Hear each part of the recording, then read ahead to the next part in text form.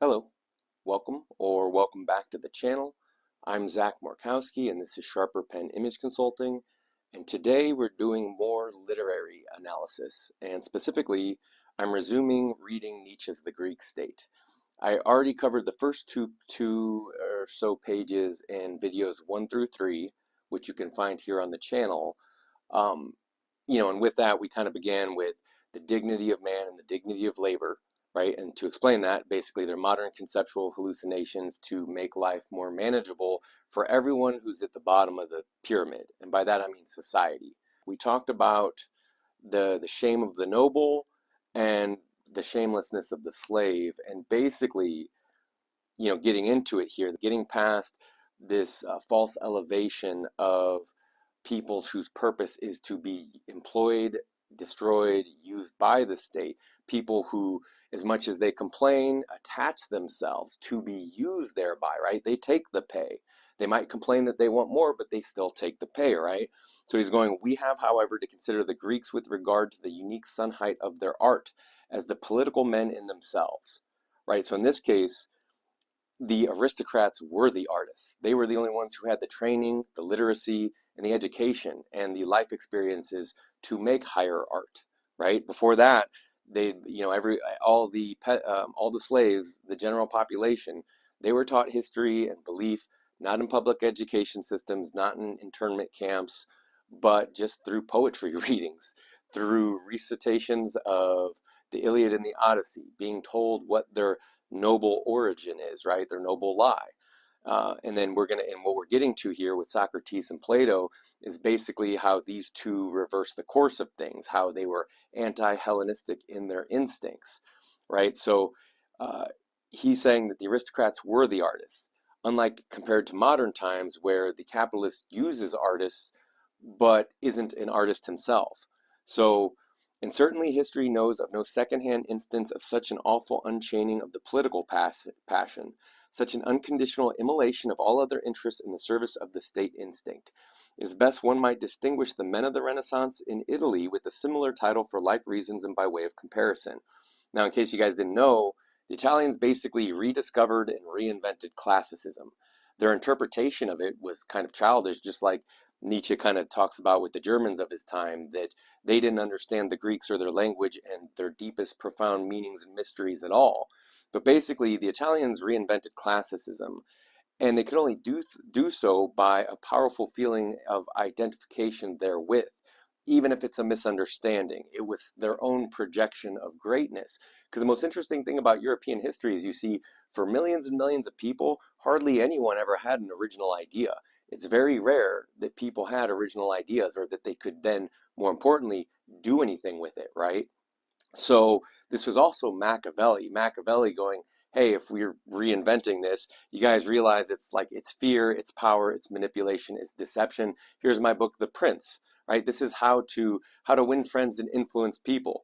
How to be a good tyrant, how to be a perfect tyrant, really, how to hide your tyranny even. And then the good Christian, yet now newly classicist Italian people, right? The Italian culture at the time were like, well, we never, Machiavelli. We are good Christians, good sir. We don't believe in these power games and this manipulation and this control of the masses. It's absurd. But basically what we're getting to is that it's the relationship between the nobility and the slaves, because what the noble feels ashamed for is almost what the slave refuses. So it's really interesting because they're intertwined, right? As Nietzsche describes, and again, like Machiavelli, it's not pretty. He basically says it's post and parasite relationships. And by the time you can see the corruption with your own eyes, it's visibly the end. And with that come the good and the just to fight for what's good and just against the corruption. And then you really know it's the end. But basically, as far as I can tell, it's the host-parasite relationship. They evolved to live and die together. It's not they live together, they evolve together, they die together. And then you can say, why? It's because, well, host and parasite. One does what the other doesn't. So they both need each other, right? It's symbiotic. Well, parasitic, but symbiotic in the sense that We learn to have manners and at least be nice to each other somewhat. That we put on a good act. That's a better way of putting it. How about that? We put on a good show. So that's where we evolve. But the host and the parasite relationship is that they evolve together, they die together. So master and slave, their real relationship, and this is, you see this with people, and this is the irony of Plato and Socrates, is that no matter what side you pick, you're doomed therein. So you can complain about the left, you complain about the right, because it's always a two-winged bird that must have the power to fly, right? But at the end of the day, when it comes to the master and the slave, each of them carries what the other refuses, can't, or won't carry. So the slave's not going to create art because he's not literate, right? Or, he's not going to create literature. He's not going to write a manuscript, let's say.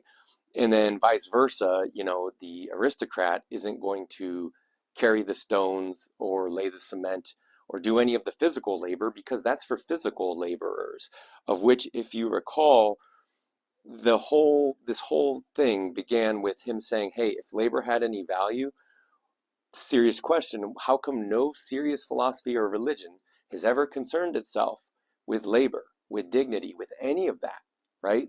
These are all modern conceptions, modern inventions, from going from manuscript to print, or going from literacy for a select few to literacy for the masses.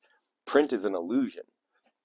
Anyway, going on here, he was talking about the Renaissance in Italy. Similar reasons, comparisons. So overloaded is a passion among the Greeks that it begins ever anew to rage against itself and to strike its teeth into its own flesh. Civil war, right? That's what he's talking about. The bloody jealousy of city against city, of party against party, this murderous greed of those little wars, the tiger-like triumph over the corpse of the slain enemy.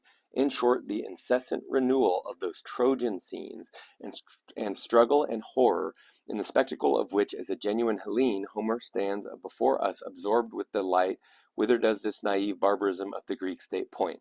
Right? If you can recall, Zeus demands the world be depopulated of gods and heroes and men alike, right? Just get rid of them all. Too many of them. We need to start anew. We need less of them, and then we'll create more, right? It's fine. So what is its excuse before the tribunal of eternal justice? Proud and calm, the state steps before this tribunal, and by its hand it leads the flower of the blossoming womanhood, Greek society. For this, Helena the state waged those wars, and what gray-bearded judge here could condemn?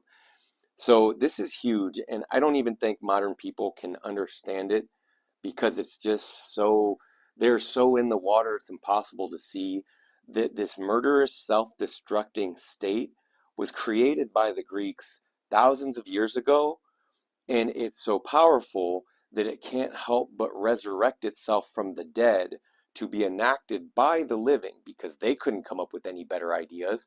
It's still the same. Like, our highest arts are still theater. Here in America, we say even politics is just Hollywood for ugly people. So we value actors and artists generally, less so these days, right? Because our society and our culture has changed over time. And that's the nature of flux. But that's still that premise of fame, image, the body beautiful. That's what Americans are all about. It's not even about producing anything anymore. It's just the production. It's just keeping it running.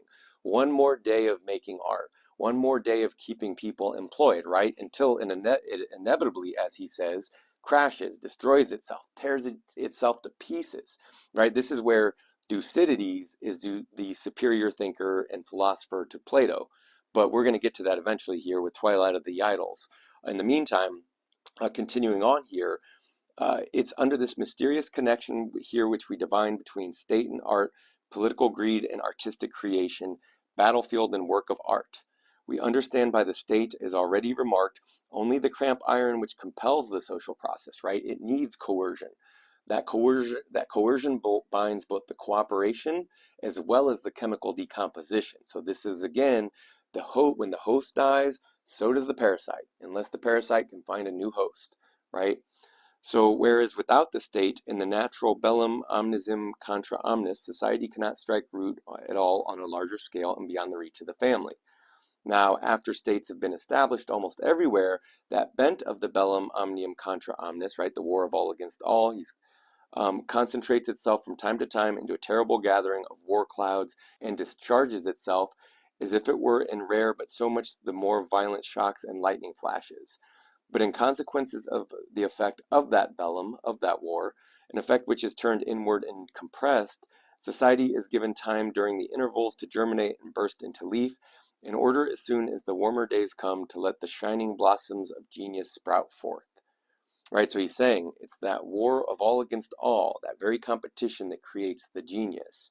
You know, what he says is nature might not arrive at it, but the state ensures it, right? So it makes sense that people want to fight for and defend what they have, or they want more than what they have. But we're also going to get to that too, because Nietzsche has great criticism of the money hoarders who think that society exists to make people money or to employ labor even, right? So in face of the political world of the Hellenes, I will not hide those phenomenon of the present in which I believe I discern dangerous atrophies of the political sphere. Not just that our politicians don't create art, but that they've come to believe that the noble lie that the modern Western world sells is liberation, is freedom, which goes against its very founding principle of slavery. So it's an internal, impossible contradiction that can't help but devour itself by its struggle for power or justice or whatever it wants to call it, right? The people therein, the individuals and the groups.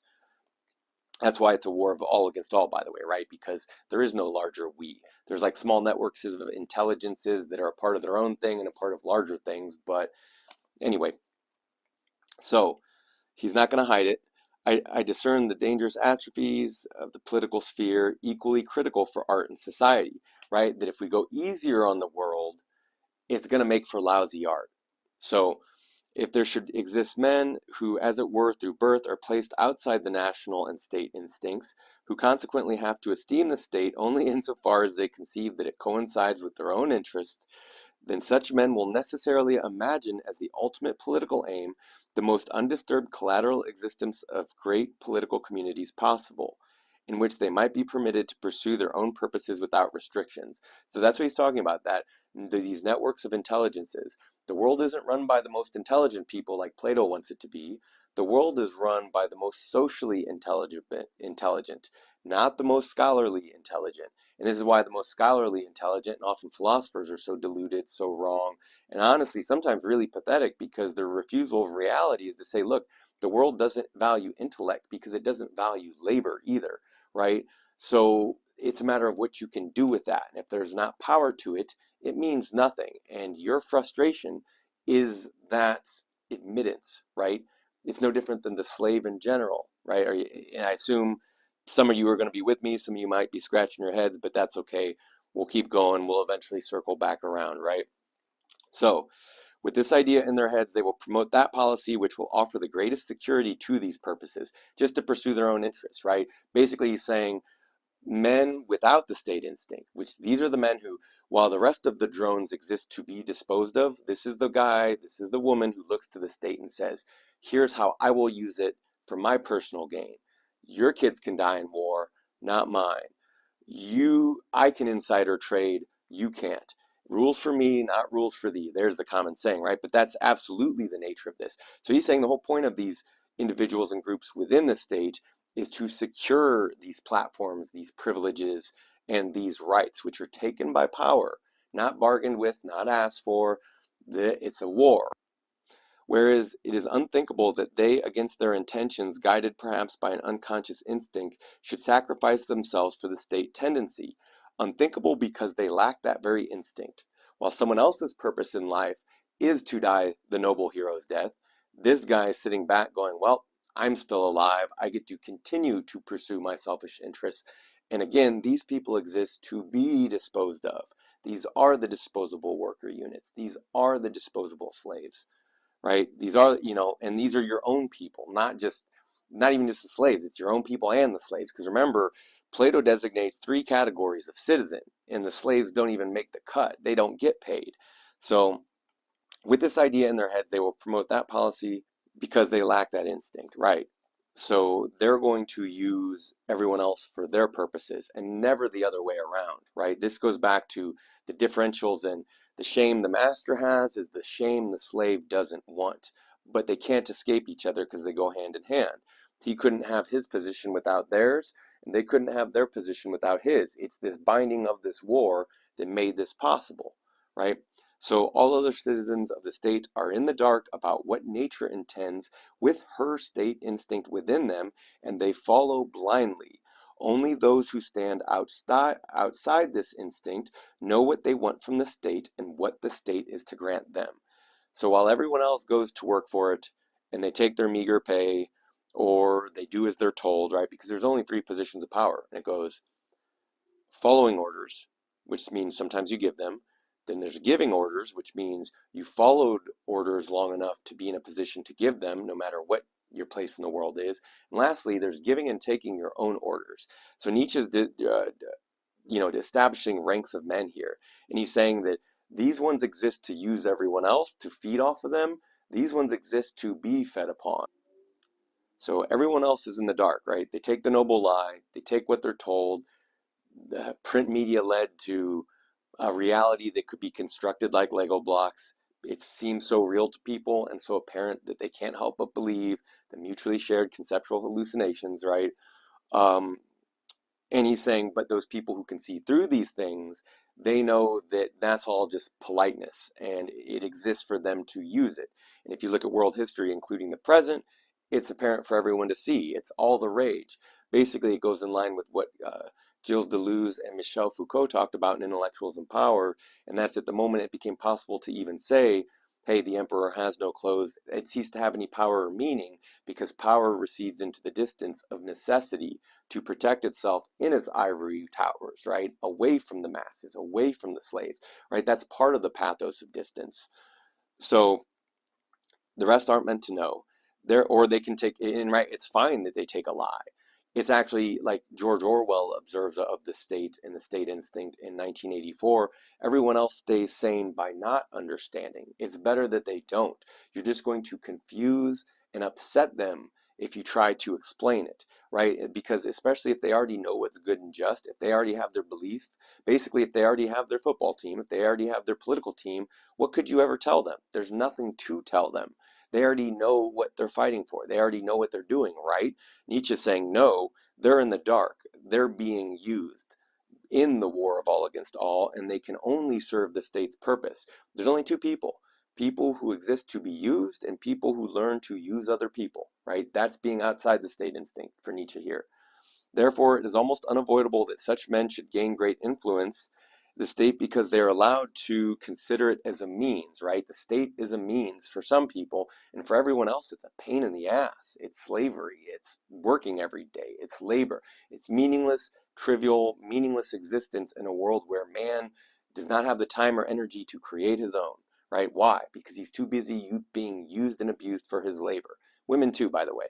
So, whereas all the others under the sway of those unconscious purposes of the state are themselves only means for the fulfillment of the state purpose, right? They exist to be used thereby, never the other way around.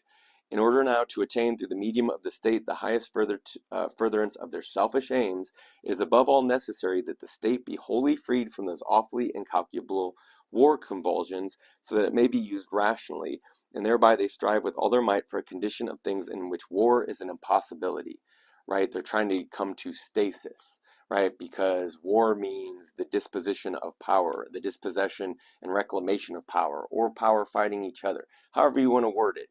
It's you could look at it like this: ascending and descending lines of life. The problem with getting to the top is once you're at the top, you can only go so much more top before you can only go down. If you're fighting your way up from the bottom, you have every reason to fight your way to the top, right? So this is decay. This is how states die and how people die. For that purpose, the thing to do is to curtail and to enfeeble the political separatisms and factions, and through the establishment of large equipoise state bodies and the mutual safeguarding of them to make, he's talking about oligarchical collectivism, mutual safeguarding them to make the successful result of the aggressive war and consequently war itself the greatest improbability. As on the other hand, they will endeavor to wrest the question of war and peace from the decision of individual lords in order to be able to rather to appeal to the egoism of the masses of their representatives, for which purpose they again need slowly to dissolve the monarchic instincts of the nations. So he's basically saying that once they've been, stewing at the top for too long, they begin to get lazy or weak or soft-headed or something, right? But this purpose they decadent is probably a good word. This purpose they attain best through the most general promulgation of the liberal, optimistic view of the world, which has its roots in the doctrines of French rationalism and the French Revolution, i.e., in a wholly un-Germanic, genuinely Neo-Latin, shallow, and unmetaphysical philosophy.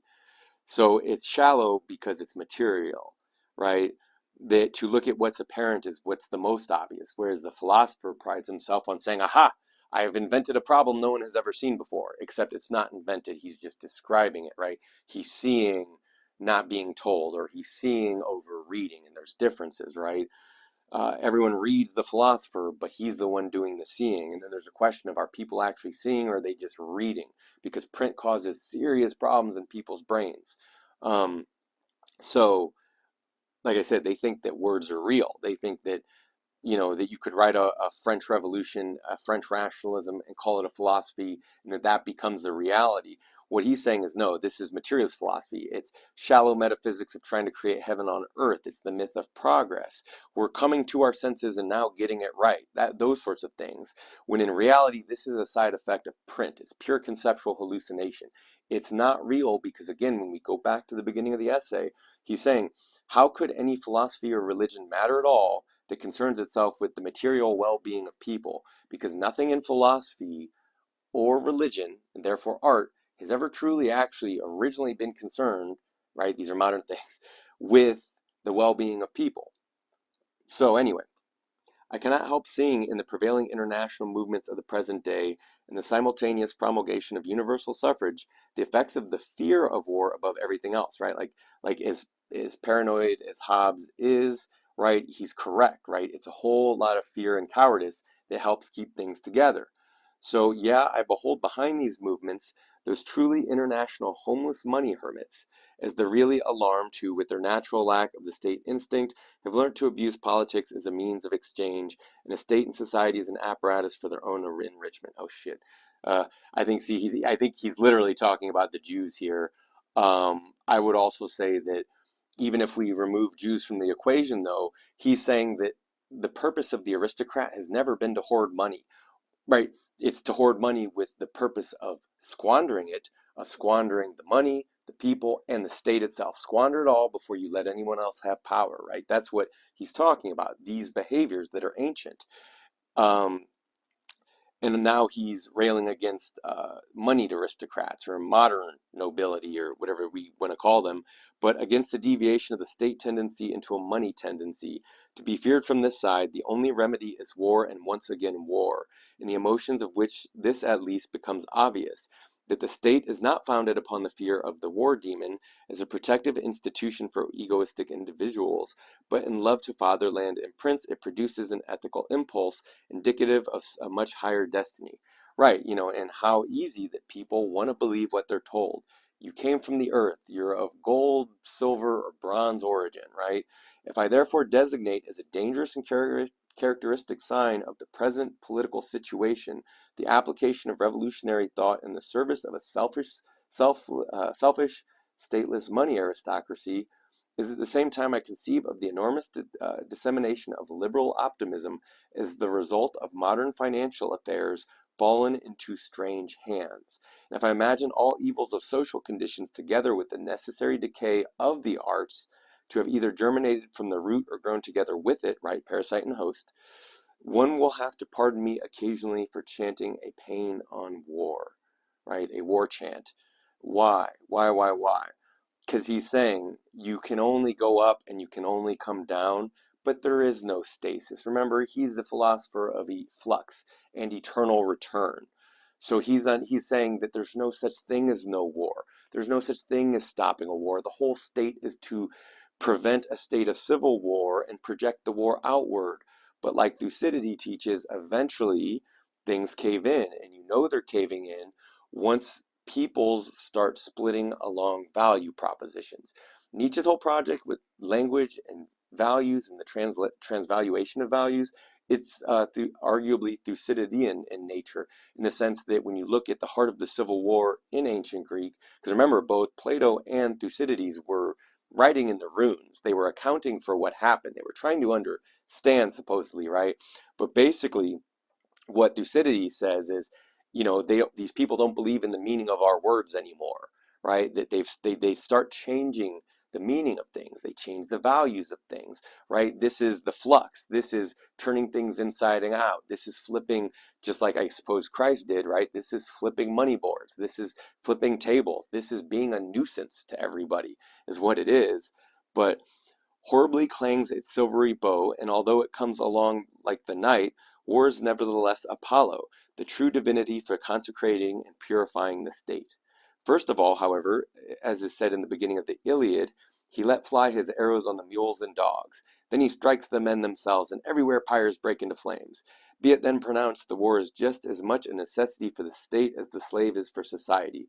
And who can avoid this verdict if he honestly asks himself about the causes of the never equaled Greek art perfection? And he's not wrong. And the proof is, how come no one else ever created in the West? How come no one else could ever escape it? How come no one ever created a different society, a different anything? Been copying Greeks, Romans, Christians forever. The same thing. The same people copying the same things. Same people seeking the same ends, doing the same things, squandering the same resources, being enslaved, enslaving the slaves. This thing only goes in one direction, and it only moves in circular fashion, right? So, and I think I took a note here. Oh, I also wrote that war is a literary activity, right? Why? And it's because you can't really show it on TV because it freaks everyone out. They can see it sublimated in art, they can watch a movie on war, but the moment you're seeing actually women, men, and children getting slaughtered, things change for people. They start thinking it's real. They start realizing, oh, this is the cost of my existence, and then they get freaked out and self-conscious, right? So it becomes really serious. But I want that to be clear then. War is a literary activity. This is why he's saying in the Iliad, he lets fly his arrows on the mules and dogs. Like Caesar taught the Gauls, it's that war is an educational process. So then he strikes the men themselves, and everywhere pyres break into flames, right? We got to depopulate the earth. Too many men and heroes. That's perfection, right? And in that, we both fertilize the earth and we create room for the next crop. So he goes on here. He who contemplates war in its uniform possibility, the soldier's profession, with respect to the hitherto described nature of the state, must arrive at the conviction that through war and in the profession of arms is placed before our eyes an image, or even perhaps the prototype of the state. Right? And it's funny because the original hero, basically, if you look at Achilles, it's been said that he was a simple man. He could only ever do one verb at a time. He wasn't sophisticated enough to hold two separate thoughts in his head at the same time. He was Apollonian in nature, not Dionysian, so he's a good representation. Basically, he's a cop or a soldier.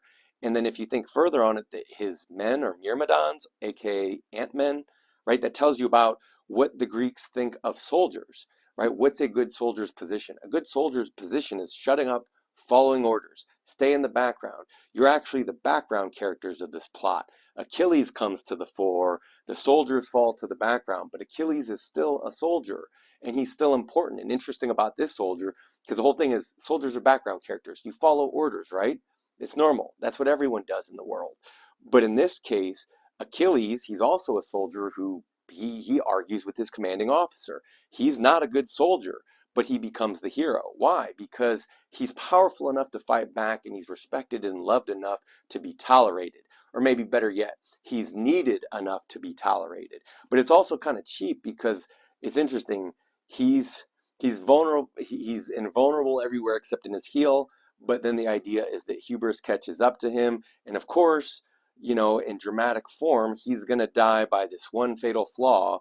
Whereas in Nietzsche says, my whole being is a fatally fated flaw. And he says this in Zarathustra when he writes, I am invulnerable only in my heel, right? Saying that he's vulnerable everywhere. So quite the opposite kind of hero.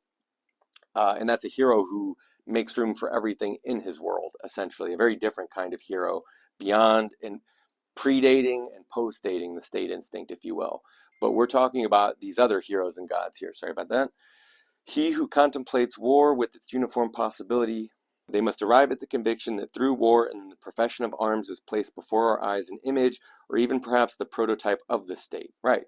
Here we see as the most general effect of the war tendency, an immediate decomposition and division of the chaotic mass into military castes, out of which, right, because you have to have the soldiers to fight the wars, you have to have the farmers to feed them, you have to be able to reappropriate or hire mercenaries where the ranks are thin, right? So there's many problems to juggle here, but it's all a squandering to keep the power channeled and focused, right? So out of which rises pyramid-shaped on an exceedingly broad base of slaves, the edifice of the martial society, like Sparta. So the unconscious purpose of the whole movement constrains every individual under its yoke and produces also in heterogeneous natures, as it were, a chemical transformation of their qualities until they are brought into affinity with that purpose. Right, there's nothing wrong with following orders. There's honor in that. You're doing as you're told. Most people exist as drones to be used. Look at a beehive. Beehive, there's one queen, everything else is a drone. There doesn't need to be individuals. The myrmidon, the soldiers, the ant-men, basically all of society is a bunch of ant-men, and they're supposed to be used, right? What else was their purpose? To not labor? To not work? Are they going to survive on manna from heaven alone, right? Where does this rationale come from? Where do these fantasies come from? In the highest caste, one perceives already a little more of what in this internal process is involved at the bottom, namely the creation of the military genius, with whom we have become acquainted with the original founders of states. In the case of many states, as for example, in the Lycurgian constitution of Sparta, one can distinctively perceive the impress of what that fundamental idea of the state, that of the creation of the military genius. Well, I'm closer to the end than I thought, so I think I'll just go on ahead and finish it up today. So we were talking about soldiers, we were talking about how people get in line, we were talking about the drones of culture.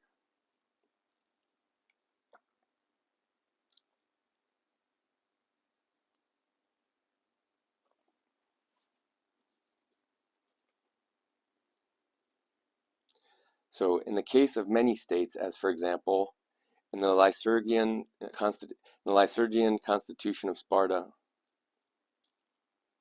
creation of the military genius, if we now imagine the military primal state and the greatest activity as its proper labor, and if we fix our glance upon the whole technique of war, we cannot avoid correcting our notions picked up everywhere as the dignity of man and the dignity of labor by the question whether the idea of dignity is applicable also to that of labor, which has its purpose the destruction of the dignified man.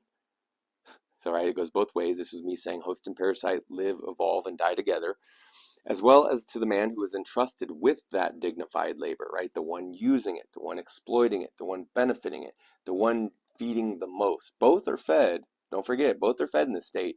One is just fed much more. So, or whether in this warlike task of the state, those mutually contradictory ideas do not neutralize one another, right? So he's saying, what's it matter when it all comes crashing down in the end? Or what can you make of these values when they are contradictory by nature and involvement?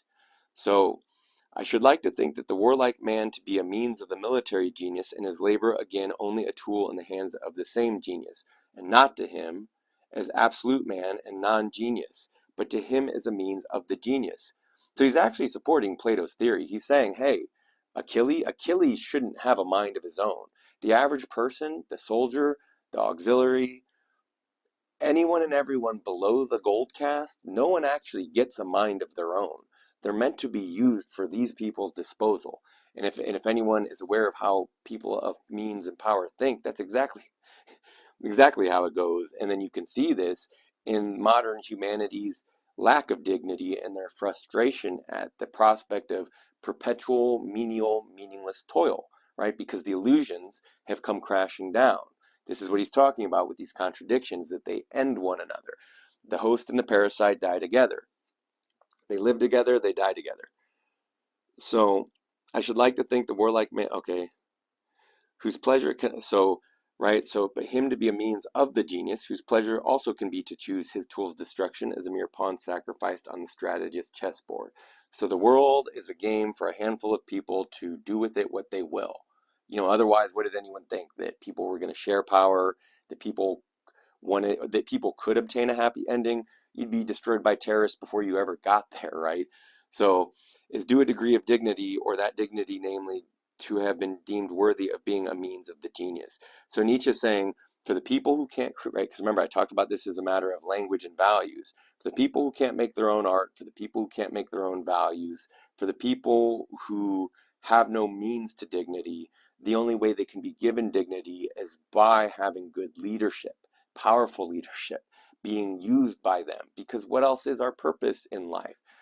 Men and women both make babies. The state uses all of us. What else were we not supposed to be used by? Like who whoever, wherever in all of history has been the lack of freedom, the lack of a state, right? And then the mythology is someone was ever going to be free. I think in modern terms, I think the slave's position is undignified as ever, and that the master now has pretensions to freedom. Like in terms of the refusal to responsibility when all the previous models and mythologies failed. But then again, this is reality, right?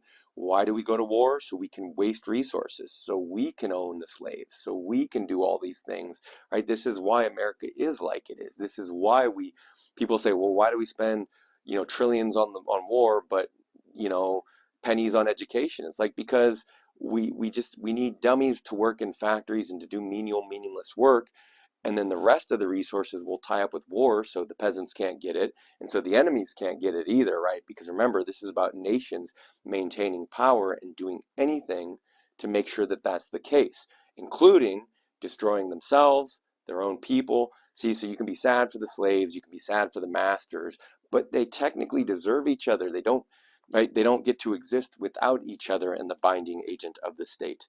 So, going on, Nietzsche saying they can only have dignity when they have proper leadership and authority and power and usage. So, but what is shown here is a single instance is valid on the most general sense. Every human being with his total activity only has dignity insofar as he is a tool of the genius, consciously or unconsciously. From this, because right, only the genius will make the most use of it, obviously. Seems so obvious. From this we may immediately deduce the ethical conclusion that man in himself, the absolute man, possesses neither dignity nor rights nor duties. Right, he can't discern them for himself, he can't think for himself. Technically he was never meant to, but it just kind of happened that society tumbled out this way to the modern age where everything's been kind of atomized, retribalized. We reinvented prehistory with the internet, and pre-literacy too. So only as a wholly determined being serving unconscious purposes can man excuse his existence. Oof. Oof. Let me read that one more time. Only as a wholly determined being serving unconscious purposes can man excuse his existence. Again, this is Orwell saying, most people, they stay sane by not knowing. If you think people are stupid, understand there's a reason they say what they say. They're being good drones. Like, what is a person like? If to put it like this, Americans may argue with Americans, but if we go over to China, is anyone going to be upset that the Chinese people think or believe as they do? Or if we go to Russia, we go, geez, look at what the Russian people think and speak. They're thinking and speaking wrong, not according to them, not according to them, and not according to them, right? So again, only as a wholly determined being serving unconscious purposes can man excuse his existence. Once he becomes aware, that's when he becomes miserable. And that's the whole back to the beginning. The misery must ever increase because everyone wants to perpetuate this existence. This is what we're fighting over, as a matter of fact. It's not politics, it's power, right? Politics is like the theater name of power. But going on here, Plato's perfect state, according to these considerations, certainly is something still greater than even the warm-blooded among his admirers believe, because it's such a work of fiction. It's such a contrivance, and it's such the example of the intelligent person kind of upset that he can't restructure the social nature of the world. It's like the intellectual who cannot understand why he's frowned upon by other people, why other people aren't as impressed with him as he is himself, those kinds of things. So one, he kind of comes off like that, like, actually I have a better organizational structure, and if I reason it well enough, the new typographic language, right? Getting into manuscripts and eventually print, this new way of thinking and affecting our thinking, you'll actually come to believe it. Basically, he's saying it's what all future tyrants and authoritarians would use as the model. See, people think that we never enacted what Plato suggested. We enacted, like, the world has always enacted exactly as Plato dictated once they discovered him, right? Because he was kind of lost for a while. But what I mean by this is that the front concern is justice. The rear concern has nothing to do with that. Plato's perfect state is, according to these considerations, certainly something still greater than even the warm-blooded among his admirers believe, not to mention the smiling mien of superiority with which our historically educated refuse a fruit of antiquity, because they believe on the front end and they didn't see behind the mask, or they didn't see behind the curtains. They didn't see the wizard pulling the strings, meaning they came to believe in the justice, not in the fact that everyone was lied to, that they were children of the earth, yellow, brown, and whatever, right? So the proper aim of the state, the Olympian existence and ever-renewed procreation and preparation of the genius, compared with which all other things are only tools, right? The tools aren't valued. We discussed this in the first video. So if you want to take a look at that, talk about Hephaestus is the god of the tool. And if you want to know what happened to Hephaestus, he got kicked off of Mount Olympus. Why? For being ugly, but also probably for being kind of stupid, you can assume. But he's saying that none of this means anything without being properly employed by people who can make use of it. Otherwise, you're giving genius and power to animals. It's insane, actually, right? So the proper aim of the state, the Olympian existence and ever-renewed so compared with all which other things are only tools, expedients, and factors towards realization, right? How can we best use and be used by one another?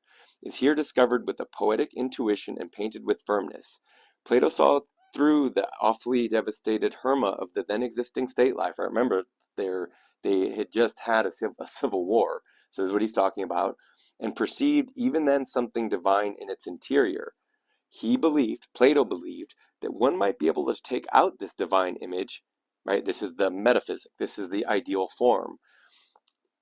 So to take out this divine image, that the grim and barbarically distorted outside, right? The war of all against all, including its slavery, including its smell, including its stupidity, both its shame and its shamelessness. People are way too full of both. Mankind, through all history, too much shame, not enough shame. According to who? Me. So, and it just depends on the person, right? So the proper aim of the state, and if anything, it's like this is what's actually considered proper socialization. If you want to know what the proper socialization for anyone is, it's what you are or aren't supposed to be shamed for, ashamed of, proud for, these kinds of things. But the problem is, in the modern state, it's so psychotic, it's so schizophrenic, it's so at odds and contradictory that, again, like Nietzsche's saying, you actually can't reconcile it. It's an impossibility to keep it in stasis, to remove it from flux, as Plato tries to do, as he describes here, to remove that divine gem and say, look, it's perfect, but don't look over here. Right? Don't look at the reality. We can't handle reality, which we're going to get to. He talks about this being the difference between Thucydides and Plato. But he believed that one might be able to take out this divine image, and that the grim and barbarically distorted outside and shell did not belong to the essence of the state. The whole fervor and sublimity of his political passion threw itself upon this belief, upon that desire, and in the flames of this fire he perished. That in his perfect state he did not place at the head of the genius in its general meaning, but only the genius of wisdom and knowledge, the philosopher. Remember, guys, it's easy to put these guys on a pedestal when they were, citizens of their time, so no different than our time. What do people do? They like sports, they like war, they're soldiers, they're cops, or this, that, and the other. They work jobs. A lot of these aristocrats, same thing, they did all that too. They just had freedom, right? And they didn't have to labor in menial ways. They were just defending what was theirs, right? So they could actually be in a place to believe in it and work for it, if you will, versus someone who's born into a mythology, and actually who has to be raised on a noble lie, right? It's two completely different positions in some sense, even though they're intertwined. Nietzsche kind of illustrates, there's military genius, there's the artistic genius, like there's different types of genius. So Plato's saying, or Nietzsche saying, that Plato favored the philosopher above all else, so that he altogether excluded the inspired artist from his state. So Plato was the beginning of censorship, guys and gals. Christianity ran with this. And basically censorship is just power recognizing its competition. There's no such thing as free art. There's no such thing as free speech. All these things are modern contrivances. Everything is war. The reason people don't like free speech, the reason why people argue, is because they're warring over the value and meaning of things. Never mind that this is all fiction. This is all type, right? This isn't reality. It's a piece of paper that someone printed on. So only the genius of wisdom and knowledge excluded the inspired artist from his state. Didn't even mention the military, right? He basically reduced them down to the auxiliary. It was basically getting rid of both Achilles and Homer as heroes, or not Achilles and Homer, but it was getting rid of not just Achilles, but Odysseus, because there's more to say on this, but I'll come back to that in a moment. So he's saying gets rid of the artist. That was a rigid consequence of the Socratean judgment on art, which Plato, struggling against himself, had made his own, right? Censorship. We have to banish the poets. We can't have competition. We can't have other people confusing them with mixed messaging. We have to tell them one story, and they have to believe it. Then we can use them. That's justice. So, the more external, almost incidental gap must not prevent our recognizing in the total conception of the Platonic state the wonderfully great hieroglyph of a profound and eternally to be interpreted esoteric doctrine of the connection between the state and genius. What we believe we could divine of this cryptograph we have said in this preface. So Nietzsche is being supremely hostile and originally hostile. It's in that regard, it's been said that all of philosophy is a footnote on Plato. He's saying there's only one thing worthwhile taking away from Plato, and it's understanding the nature of power, the nature of the state. And that's that there's a connection there between state and genius, and you can't have one without the other, so you have to justify its existence, especially to those who would otherwise fight with you because they don't agree on your values. They say, hey, I don't want to be a slave. Oh no, we'll explain to you why. We have rationality, we have religion, eventually Christianity. Everyone gets a soul. It's like Oprah. You get a soul, and you get a soul, and you get a soul. And yet plants and animals, and I'm pretty sure women have no souls, right, according to Christianity. So it's pretty schizophrenic, again, in its value systems. It's irreconcilable because it's artistic creation. Christianity itself becomes its own genius Platonic dialogue, its own, and by that I mean, again, how to control people is what I mean. Christianity's been one of the most powerful tools in all of history to do that. But I have here the portable Nietzsche. It's for the Twilight of the Idols excerpt I'm going to read here. I think I've had this book about 25 years. But anyway, this is towards the end of Twilight of the Idols. It's the last section, if I recall correctly, what I owe to the ancients. And I'm going to skip section 1 to get to number 2. Right? Because he's going to talk about his influence and what he makes of these larger stories and narratives, and also manuscript versus print, right? Because this is individuals versus groups, or drones versus geniuses. So, to the Greeks, I do not by any means owe similarly strong impressions. To come right out with it, they cannot mean as much to us as the Romans. One does not learn from the Greeks. Their manner is too foreign and too fluid to have an imperative, a classical effect, right? People can't identify with it, again, is what he's saying. That's where, if you recall correctly, the beginning of the Greek state begins with that sentiment. The modern can't even connect his thought and his feeling to how the Greek felt about existence, state life, cosmopolitanism, intellectuality, right? We just imitate it because that's what you were taught to imitate.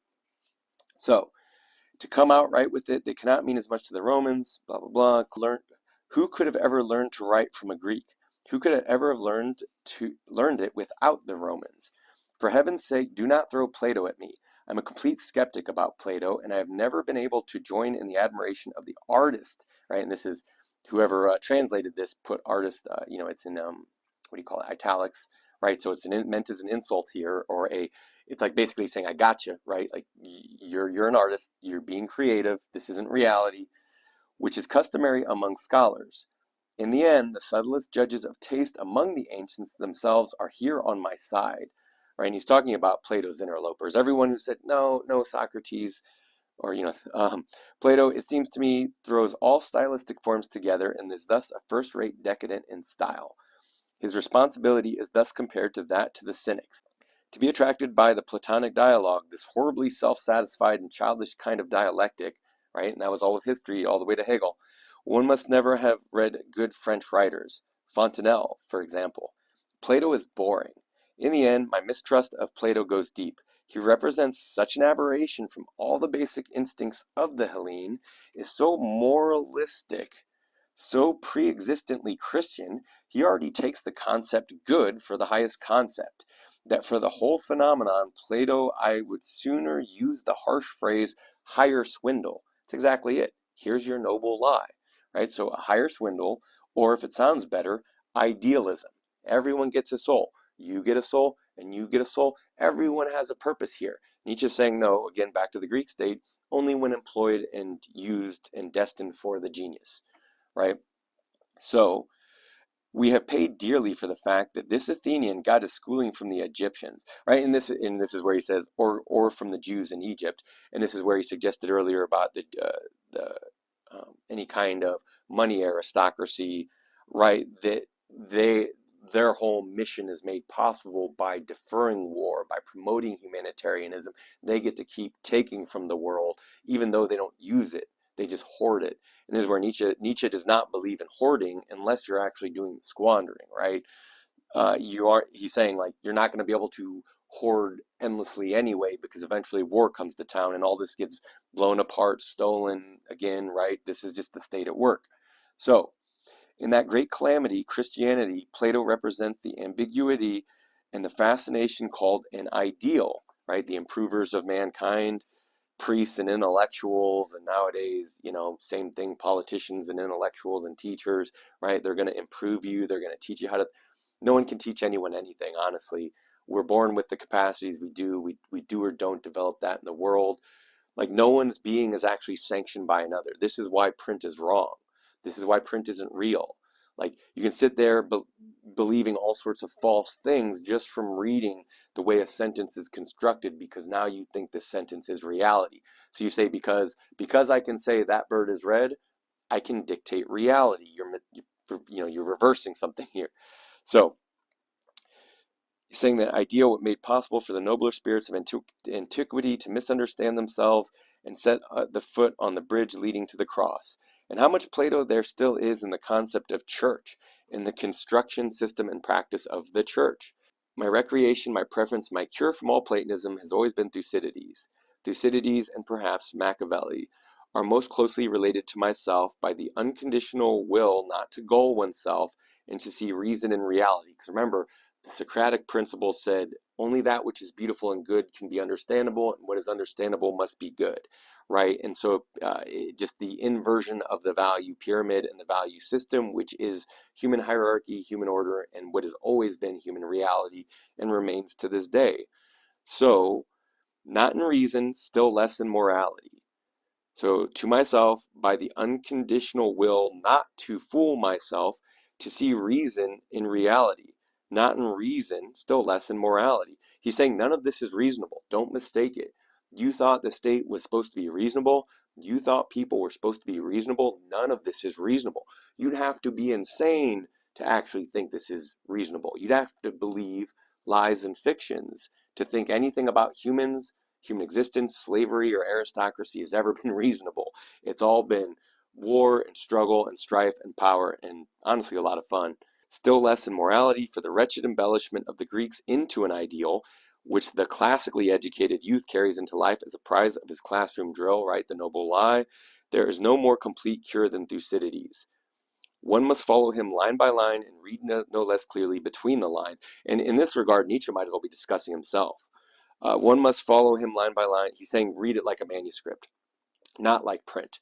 The reality isn't the printed words you see, it's everything that's said, everything that's not said. There's more than one way to get your point across. It's not just word for word. An aphorism is sort of an example that proves this, where you don't have to fill out the logic of every step.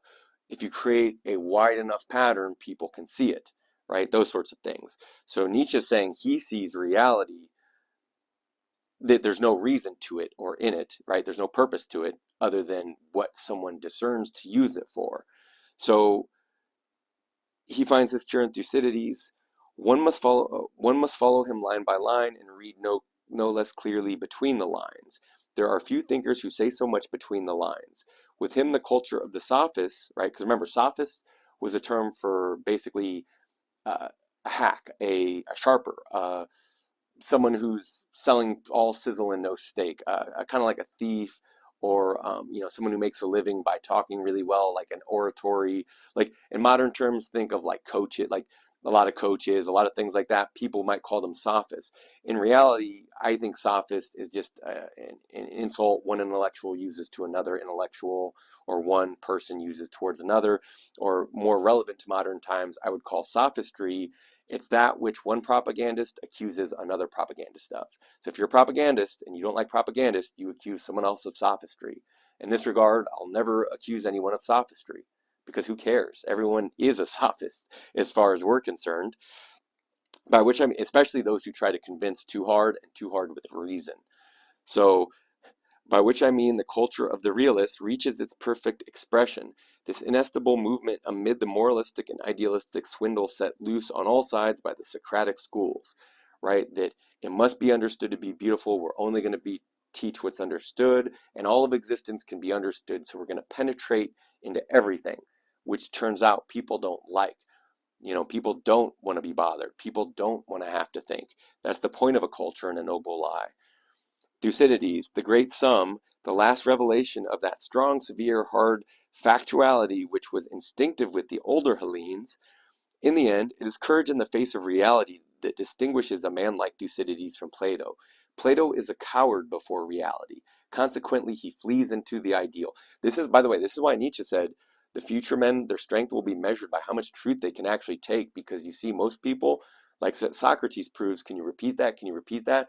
They can't be bothered more than one or two times before they run out of answers, they don't have an answer, or simply they want to kill you. So he flees into the ideal. Thucydides has control of himself. Consequently, he also maintains control of things. And to take it a little bit further here, this is section 3 of still Twilight of the Idols, last section, what I owe to the ancients. To smell out beautiful souls, golden means, and other perfections in the Greeks, or to admire their calm and greatness, their ideal cast of mind, their noble simplicity, the psychologist in me protected me against such noble simplicity, meaning he couldn't understand it. He actually wasn't born feeling or thinking that way. He only came to it in time. I saw their strongest instinct, the will to power. I saw them tremble before the indomitable. It's basically like being innocent from things, being innocent from yourself and others. It works both ways. I saw them tremble before the indomitable force of this drive. I saw how all their institutions grew out of preventative measures taken to protect each other against their inner explosives. Think of it in terms of regulation, state regulation, politics, rules, whether they apply to some or all. So there's honestly, this is why Zarathustra says there's no such thing as good for all, evil for all, because it isn't real. It's never been real. Someone's always benefiting more than someone else, or power relations are never equal. This is why animals fight over mates, for instance. And actually, let me say this here because it's a good place to state it. Whether it's a state or a mate, men fight over these things. Women fight over these things too, but especially men. And part of the reason why they do is that for Nietzsche, spirituality, like how we traditionally think of spirituality, I guess we go back to the pagans. It's sexual, it's one's vitality, it's personal. One's virtue is one's own. One can only rear one's own child in duties and art, not someone else's. So the idea that virtue is taught, the idea that certain things can be learned, this is not true. This is not true in Thucydides, nor in Nietzsche's conception or understanding, and nor in mine. Reading on here, this tremendous inward tension then discharged itself in terrible and ruthless hostility to the outside world. The city-states tore each other to pieces so that the citizens of each might find peace from themselves. One needed to be strong, danger was near, it lurked everywhere. And that's never changed. It's just we've become better actors. Or, another way to put it, we've become more well-mannered and mild-mannered. But behind us all, there's an animal. So the magnificent physical suppleness, the audacious realism and immoralism which distinguished the Hellene constituted a need, not nature. So he's saying these aren't universal in nature or culture. He's saying, look, these people were strong and they were powerful, and their culture represented their need, and chiefly their need of art. One needed to be strong, danger was everywhere. This is a need, not nature, right? That not everyone or everything is strong, but they were that strong. It only resulted, it was not there from the start, And with festivals and the arts, they also aimed at nothing other than to feel on top, to show themselves on top, right? Competition, Olympics, those kinds of things. These are means of glorifying oneself and in certain cases of inspiring fear of oneself. This is the birth of the individual, because the worst thing for a group of drones to happen is for an individual to emerge, because that's now the dominant force. Don't believe me? Ask the drone bees and the queen, right? So how could one possibly judge the Greeks by their philosophers, as the Germans have done, and use the Philistine moralism of the Socratic schools as a clue to what was basically Hellenic? After all, the philosophers are the decadence of Greek culture, the counter-movement to the ancient noble taste, to the agonistic instinct, to the polis, to the value of race, to the authority of descent. The Socratic virtues were preached because the Greeks had lost them. Excitable, timid, fickle, comedians, every one of them, they had a few reasons too many for having morals preached to them. They had a few reasons too many for having morals preached to them. Reminds me of the Americans. Not that it did any good, but big words and attitudes suit decadence so well. Hear, hear. There was one more thought in here I wanted to share. It was Nietzsche criticizing certain Germans of their interpretation of the Greeks. But mainly I wanted to get to the idea of real religion, real spirituality, real vitality, which is an individual's sexuality, right? Their procreative force, having a surplus of power of which to create, of which to seek mates, to tend to the state, to do all the duties that one discerns for oneself in one's life, right? How come that some men seem to have all the energy and feel really good about themselves? How come other, men and women are the opposite? How come some men and women seem to have all the luck? How come some men and women seem to have none? How come some live rich, long lives and some die early, right? There's many reasons. This is section 4, still in what I owe to the ancients and Twilight of the Idols. I'm not going to read the whole excerpt, but I just wanted to point out these last few thoughts on gods and heroes.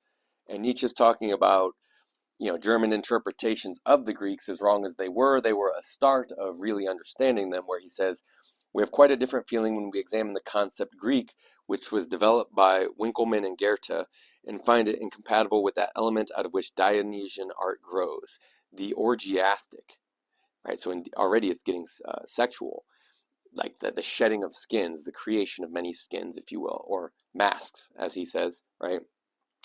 Indeed, I do not doubt that as a matter of principle, Goethe excluded anything of the sort from the possibilities of the Greek soul.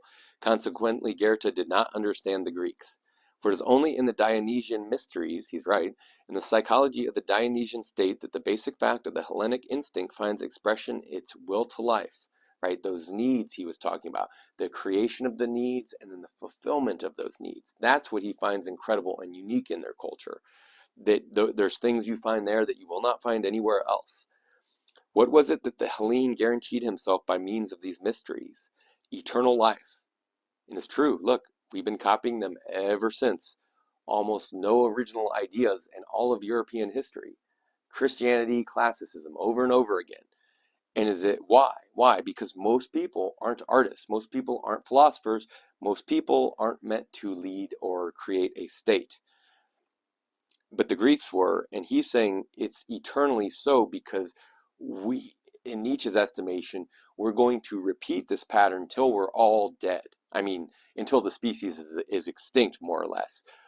Peter Wessel-Zaff, in his essay, The Last Messiah, which I've covered on this channel, he came to that conclusion, which, again, it follows Nietzsche's logic here. But the eternal return of life, the future promised and hallowed in the past, the triumphant yes to life beyond all death and change. True life is the overall continuation of life through procreation, through the mysteries of sexuality. For the Greeks, the sexual symbol was therefore the venerable symbol par excellence, the real profundity in the whole of ancient piety. Every single element in the act of procreation, of pregnancy, and of birth aroused the highest and most solemn feelings. In the doctrine of the mysteries, pain is pronounced holy, the pangs of the woman giving birth hallowing all pain. All becoming and growing, all the guarantees of future involves pain. And for any man of ambition, it's no different, right? He's giving birth to something, he's experiencing pain. So that's what he's talking about. that there may be the eternal joy of creating, that the will to life may eternally affirm itself. The agony of the woman giving birth must also be there eternally, right? And this is why I've said before, underneath the war of all against all, there's a gender war. So, all this is meant by the word Dionysus. I know no higher symbolism than this Greek symbolism of the Dionysian festivals. Here the most profound instinct of life, that directed toward the future of life, the eternity of life, is experienced religiously, and the way to life, procreation as the holy way. It was Christianity with its resentment against life at the bottom of its heart, which first made something unclean of sexuality. So understand that's where that shame came from. They turned our natural existence, our most natural, vital, spiritual, creative drive. Christianity took that and turned it into something that meant nothing. They took nothing and made something, i.e. the soul. Then they took something real that meant everything, especially to the individual man and woman who were trying to get laid or make babies or do whatever they do, that it was Christianity with its resentment against life, against healthy instinct. Basically, Christianity is like the Platonic loser who goes, well, everyone else is getting laid. How come I can't get laid? I know, if we change the rules to getting laid, will that help? No, that doesn't help. That only ramps up the selection pressures. That only makes further intolerable the internal and external contradictions, right? So Christianity helped pave these roads because it took Platonism to its furthest logical conclusion. It turned what was real unreal and what was unreal real. Well, at least it attempted to, but it's going to die trying because now it has to, because it has historic resonance. It has momentum. It's not going anywhere. I mentioned that a lot of people, they're whether they're on the slave side, the master side, whether they're one or the other, regardless, it's that what you can see of either side is both think the same thing, that to be neutral is to be evil. So first off, pick a side. And second is that when they both have to hide their nature in their origin, which Nietzsche is against, mind you, we see them for what they are. So they made something clean of sexuality. They threw filth on the origin, on the presupposition of our life. So he's saying they took our life, they took everything that was good about it, everything that makes it, everything that's normal and natural, and just put superstition, fear, hatred, shame. It worked really well to fool stupid people. It worked really well to control people, and it still will, likely for thousands of years to come, if you can assume people will believe in it that long. I don't even know if by then there'll likely be terrorist organizations considered by most any modern futuristic state wouldn't even be able to assimilate, like such religious fanatics. But the last thing I have to share here after checking out Twilight of the Idols there is I have a quotation here from Marshall McLuhan quoting G.S. Brett, a Toronto professor circa 1879-1944. The idea that knowledge is essentially book learning seems to be a very modern view, probably derived from the medieval distinctions between clerk and layman, with additional emphasis provided by the literary character of the rather fantastic humanism of the 16th century. The original and natural idea of knowledge is that of cunning, or the possession of wits. What I say, it's not just intelligence, it's that you can use it like a knife, right? Odysseus is the original type of thinker, or you make a knife, or Odysseus is the original type of thinker, a man of many ideas who could overcome the Cyclops and achieve a significant triumph of mind over matter. Because remember, Odysseus doesn't just stab out people's eyes and overcome captors that way. He reasons with them. He struggles to get out of their grasp. Think Circe, for instance, right? When he's stuck on the witch's island. But he goes on, knowledge is thus a capacity for overcoming the difficulties of life and achieving success in this world. And Nietzsche is saying that the Greeks put that power first and foremost, and it's there even in Plato, and that the Christians can't even understand this because they're so blind to it, because they're so caught up on the justice side of the equation, aka the irony, which in its full structure makes the Nietzschean oxymoron. That you basically it doesn't matter. You can say whatever you say, but ultimately you're just doing what you were meant to do. You were playing your part. No one's to blame here. There's nothing at all to feel shameful about. Yet, at a word, people do. So Brett here specifies the natural dichotomy which the book brings into any society, in addition to the split within the individual of that society. So not only are we at war with one another and all against all, but we're at war with ourselves. So back to the point here. The idea that knowledge is essentially book learning seems to be a very modern view. This is manuscript versus print. This is reading Thucydides as a thinker and seeing how he's different from the person who constructs words, that the words themselves are supposed to be the architecture that create a new reality. Basically, because print was so successful in instructing people what to do and how to do it, people came to see the print itself as reality. So they believe the ideas are real. And they also believe that they come from some ideal realm where they exist in their perfect form. Going on, they derive from the medieval distinction between clerk and layman, right? And this was separation of classes, right? So you had the literate and the illiterate, with additional emphasis provided by the literary character of the rather fantastic humanism of the 16th century. So this is what Nietzsche's talking about, not just classicism, but what was going on with the French too. The original natural idea of knowledge is that of cunning or the possession of wits, right? It's not enough. Okay, Zarathustra says it's not enough to have a sword. You have to know when and how to use swords. Therefore, there's a lot of battles you have to pass by, and there's a lot of battles you have to have whether you want them or not. In fact, with some feelings, they must be slain, or you yourself slain thereby. So going on, the original and the natural idea of knowledge is that of cunning or the possession of wits. Odysseus, right, the superior hero to Achilles, and then Socrates eventually placed Odysseus, but Odysseus is the original type of thinker, right? Because as I mentioned at the beginning, Achilles was not a thinker. He wouldn't even be considered a soldier these days. He would be given a dishonorable discharge for so often blatantly disobeying and causing so much trouble. Simultaneously, that's the average soldier. The heroic soldier is the one who recognizes when and how to disobey. Maybe that's the ideal hero. And see, that's more of a Socratic approach. Odysseus was much more opportunistic, much more let the chips fall where they may. This is about me. I'm not trying to be a good guy. I'm not trying to impress anyone. I'm doing my job. I'm doing my duties as an aristocrat. I'm getting home. I'm using the only thing I have, my bodies, my senses, what limited power I have up against gods, forces beyond me, right? It's incredible, against not just other men, but demons and witches and gods, right? That's why Odysseus was a hero, because he went up against all that. It's more of a dream or a poem than it is a modern religion. But Odysseus is the original type of thinker, a man of the ideas who could overcome the Cyclops and achieve a significant triumph of mind over matter. Oh, remember, it was everything. He was expert at deception, expert at feeding people bullshit, expert at doublethink, expert at doublespeak, right? So these were like the original virtues for the Greeks. And eventually the Romans, although what you could see in the Romans is they tended towards that Achillean forthwithness. Look at our clear rules and regulations, you know, hit me if you must, but then get to the fucking point, my man, right? That kind of thing. So Brett here, it says, going on, the image of the Cyclops appears frequently in McLuhan's work, usually signifying unipolar thinking that is lacking in depth perception because lacking the bipolarity necessary for it, right? And yet everyone calls it a problem if you're bipolar.